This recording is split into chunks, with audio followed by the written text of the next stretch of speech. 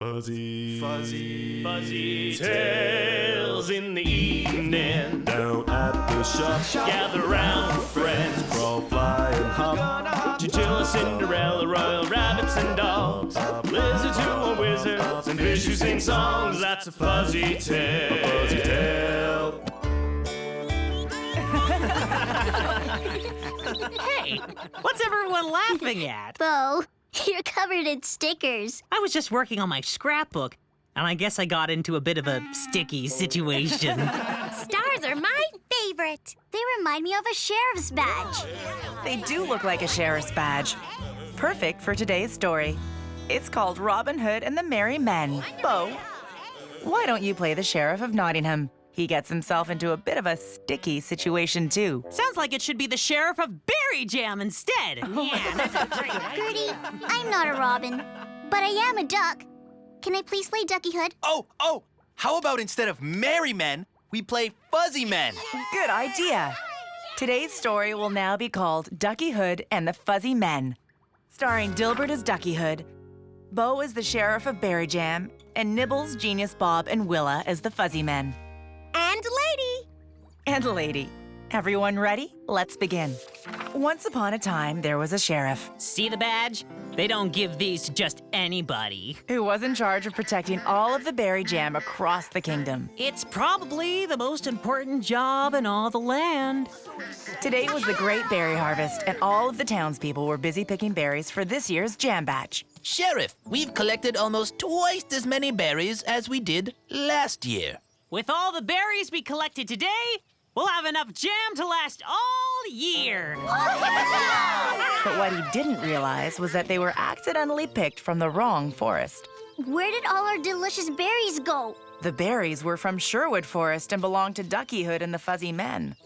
Hey, look at this, a jam label. The Sheriff of Berry Jam's old-time jam preserve. A clue. We need to get our berries back. This sounds like a job for Ducky Hood and the Fuzzy Men. And Lady. Well, that's that. Every last delicious berry has been added to this year's jam batch. Sheriff, I think we may have picked too many berries. I'm worried that the berry pots are too full. Oh, sorry. I just couldn't decide which berries made the best jam. Blueberry, raspberry. Maybe blackberry. So I picked them all and mixed them together. This is going to be the best jam ever. Just then, Ducky Hood arrived. We've come to rescue our berries. Oh no! Those were your berries? You're too late. I just finished making them into delicious jam. So there's no more berries? Not even a strawberry? Or a raspberry? Or a boysenberry? And so Ducky Hood and the Fuzzy Men went back to Sherwood Forest empty-handed. And the Sheriff of Berry Jam felt terrible for his mistake. I should have asked who the berries belong to. Now Ducky Hood and the Fuzzy Men have no more berries to eat. But the sticky situation was about to get stickier. The next day, there were too many berries in the pots, and sure enough, they began to bubble over. She cannot hold any more jam, Sheriff. It's a jam flood. Luckily, Ducky Hood and the Fuzzy Men heard the Sheriff of Berry Jam's cry all the way from Sherwood Forest. Help! What was that? Someone's in trouble. Come on, Fuzzy Men. And Lady. When Ducky Hood and the Fuzzy Men arrived, everyone was stuck in the ooey, gooey, sticky jam. Oh no! Help us, Ducky Hood! Ducky Hood and the Fuzzy Men did the only thing they could. They quickly started nibbling their way through the delicious jam. I can taste raspberry. It's over here. Good. And soon enough, the Sheriff of Berry Jam and all the townspeople were freed. Thank you, Ducky Hood. I'm sorry we took your berries by accident. Take as much jam as you need. And as a sign of friendship, we would like to share our crunchy peanuts. After that, the Sheriff of Berry Jam and the Fuzzy Men always shared their food, which brought on a brand new creation, the peanut butter and jam sandwich. But that's a fuzzy tale for another day.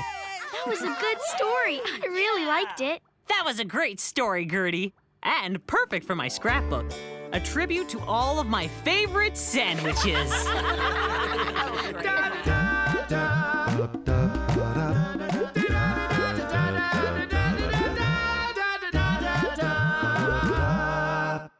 fuzzy, Fuzzy tales in the evening. Down at the shop, Gather round, friends. crawl, fly, and hop. Chinchilla, Cinderella, royal rabbits and dogs.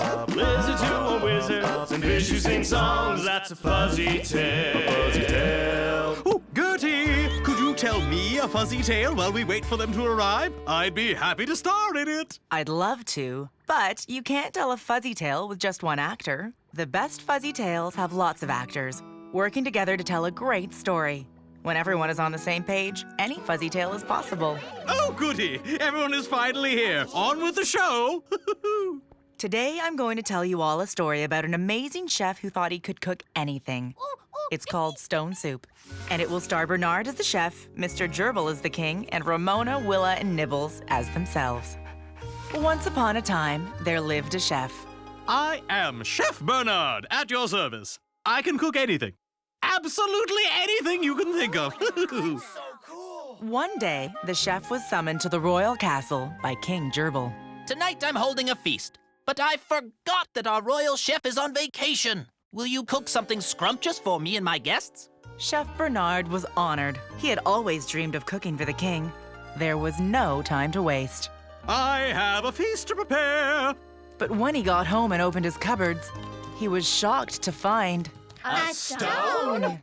Chef Bernard's cupboards were bare, except for a single stone. How will I ever turn this stone into a magnificent feast? This was going to be the hardest meal he had ever had to make. But I'm Chef Bernard, and I can cook anything. Chef Bernard decided to run next door to his neighbor, Ramona.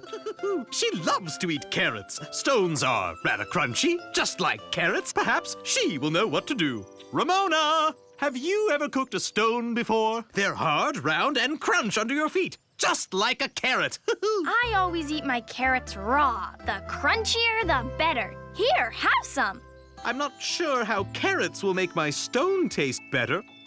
But thank you, dear Ramona. I shall take them just in case. You should talk to Willa. She's always skipping stones on the pond. Maybe she knows how to cook them too. So, Chef Bernard put the carrots in his pot and hurried to the pond where he was sure to find Willa. Do you, by chance, know how to make a stone taste delicious? A stone tastes delicious? I didn't think that was possible. Now, onions. Those are delicious. You're welcome to have some of mine. I'm not sure how they will make my stone taste any better, but I thank you, sweet Willa. You are very kind. You should talk to Nibbles. He's always chewing on stones. He must know how to make them taste delicious. But when Bernard found Nibbles, he faced the same problem. Sorry, Chef Bernard. I only chew on stones. I never eat them. That would be gross. I have finally found something that I can't cook. Oh, maybe I'm not such a great chef after all. Here, take one of my brand new bones. They always help me feel better when I'm down. Oh, I'm not sure how this bone will make me feel better, but I thank you, kind Nibbles. Bernard decided to go home and have a bath. He thought he'd better look his best when he disappointed the king at the feast. The water is so warm. I get to swim around with all of my toys. Yes, here we all are in the bath together. Wait, a bath! Everything together in the bath! That's it! Chef Bernard got his pot containing the stone, the carrots, the onions, and the bone and filled it with water. All ready for your bath? And created a brand new recipe just for the feast. Stone soup. I got a carrot from Ramona, an onion from Willa, a bone from Nibbles, and then I got all of the flavors to work together in a pot. So you got help from your friends to create something you couldn't make on your own. That makes this soup taste even more delicious. And with that, they all ate happily ever after. The end. We just cooperated to tell today's fuzzy tale.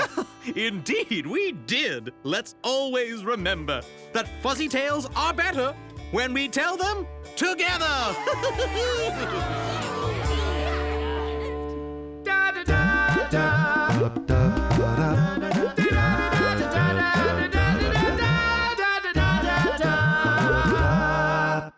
Fuzzy, Fuzzy tales in the evening. down at the shop. Gather round, friends. Crawl, fly, and hop. Chinchilla, Cinderella, royal rabbits and dogs. Lizards who are wizards and fish who sing songs. That's a fuzzy tale. Fuzzy tail. I'm ready. Fuzzy, Fuzzy. Well, how do I sound? Like a parrot? Thank you, Willa. My Uncle Peabody had an amazing singing voice. Animals used to follow him around, begging him to sing. Well, I know a story about a parrot just like that. This story is called The Pied Parrot. Bo, you can be our star, the Pied Parrot himself. Oh, boy! Mac, Mike, and Merv, you three play the three blind mice. Dilbert, Nibbles, and Willa will play themselves. Wicked! Once upon a time, in a land far away, there lived a pied parrot. Pie? No, not that kind of pie. What I mean is, this parrot had beautiful multicolored feathers. The Pied Parrot loved to sing and one day hoped to record an album of his favorite parrot polka tunes. Problem was, his singing voice needed some work. What was a parrot to do? Well, there's only one way to get better at something, and that is to practice. But where would be a good spot? The Pied Parrot tried the pond. The perfect place to belt out a tune. La la la la la la la la la la. But soon realized he wasn't alone. Hey, try to keep it down. The bullfrogs are in the middle of their comedy show. Hilarious! Oh, sorry. I'll go practice somewhere else. Ribbit, ribbit. Ha! That is pretty funny. The Pied Parrot tried the meadow. I won't bother anyone here. La la la la la la la la la la. What's happening? Well, it's me, Willa. I was just practicing my singing. Oh, it's you, Pied Parrot. Oh, do you mind practicing somewhere else? I was in the middle of my midday nap. Whew, tough day doing somersaults. Well, of course. You keep napping. I'll find a different place to practice.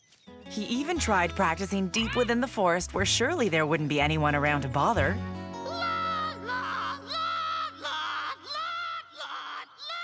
Hey, my parrot pal. You do a great impression of a fire truck. Here's my impression of a garbage truck. Beep, beep, beep. Crunch, roar, crunch. Beep, beep, beep.